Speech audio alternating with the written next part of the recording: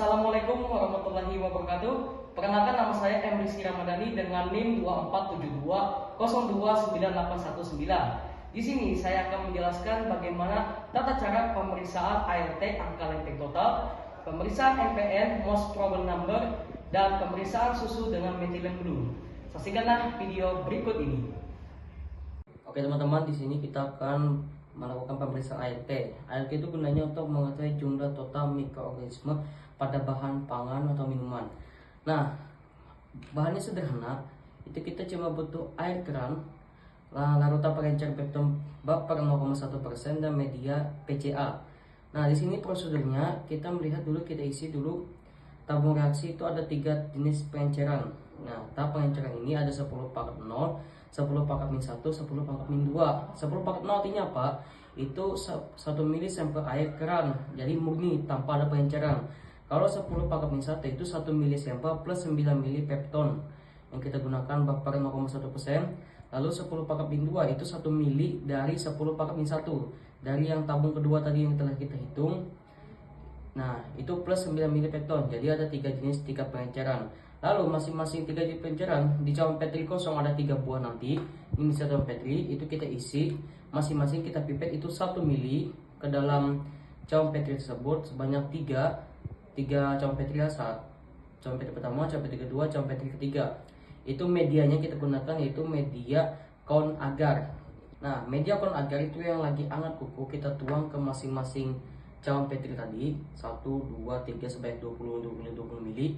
Lalu kita putar cawan secara memutar agar larutan merata. Lalu kita masukkanlah, kita diamkan sampai memadat. Setelah memadat itu kita masukkan ke inkubasi suhu 37 derajat selama 24 sampai 48 jam atau 1 sampai 2 hari. Nanti kita keluarkan, kita cek di cawan pertama yang memang asli dari air keran itu berapa, yang hitungan 10 pangkat 0, 10 pangkat min 1 dan 10 pangkat 2 itu berapa.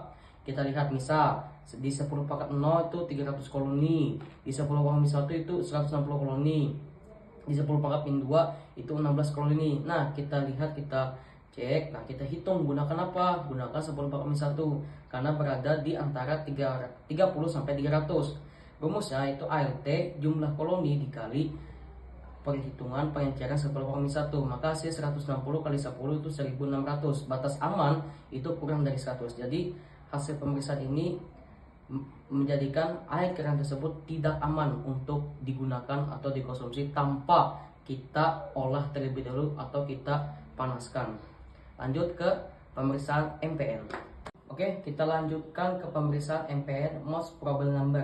Nah, di sini itu kita melakukan pemeriksaan ini gunanya untuk menentukan jumlah bakteri coliform, khususnya E. coli dalam produk pangan. Nah, di sini bahannya simple.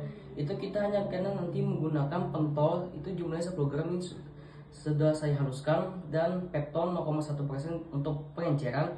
Lalu ada nantinya media lactose broth atau LB dan media brilliant green lactose broth atau BGLB.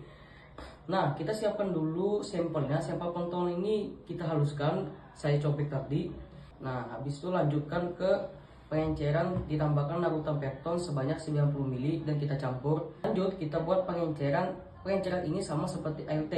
Hitungannya kan ada 10 pangkat min 1, 10 pangkat min 2 dan 10 pangkat min 3. Dimana 10 pangkat min 1 itu 1 mili dari sampel halus tadi.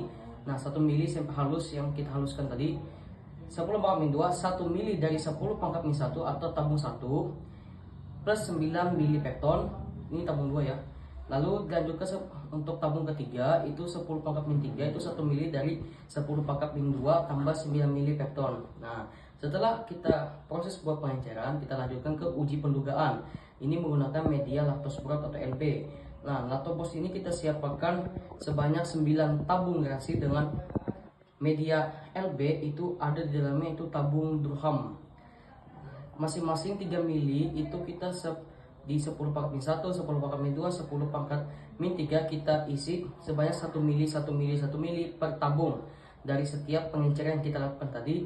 Lalu kita inokulasi, kita campurkan itu. Semua tabung ini kita inkubasi di dalam inkubator selama 24 sampai 44 jam atau 1 sampai 2 hari sebesar 30 derajat Celcius. Nah, Lalu kita keluarkan. Setelah hari itu kita amati gas dalam tabung Durham apakah ada atau tidak. Bila ada itu hasilnya positif.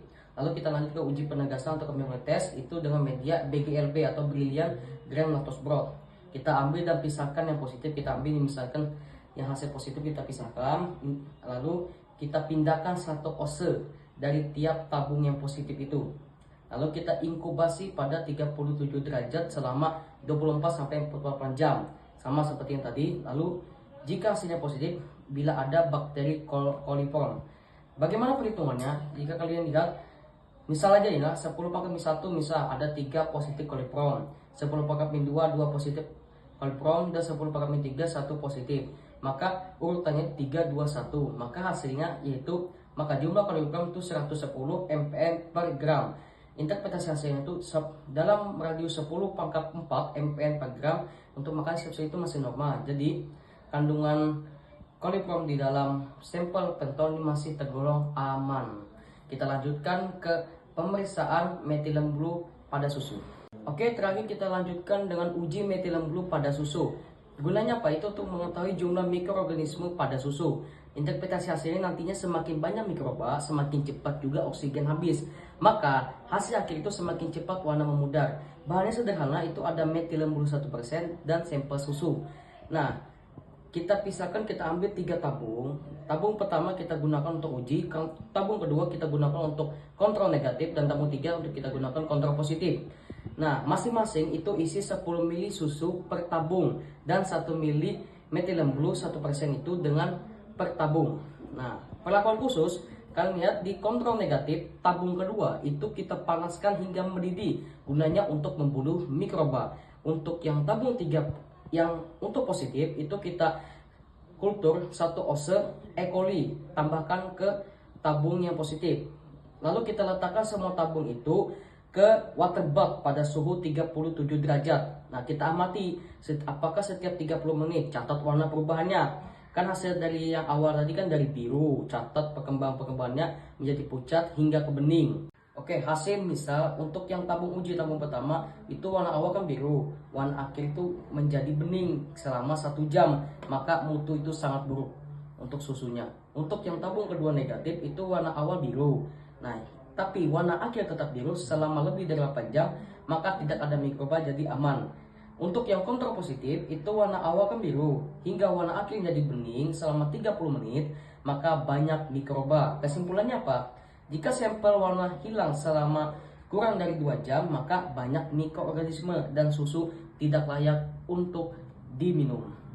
Jadi sekian, terima kasih dari presentasi saya.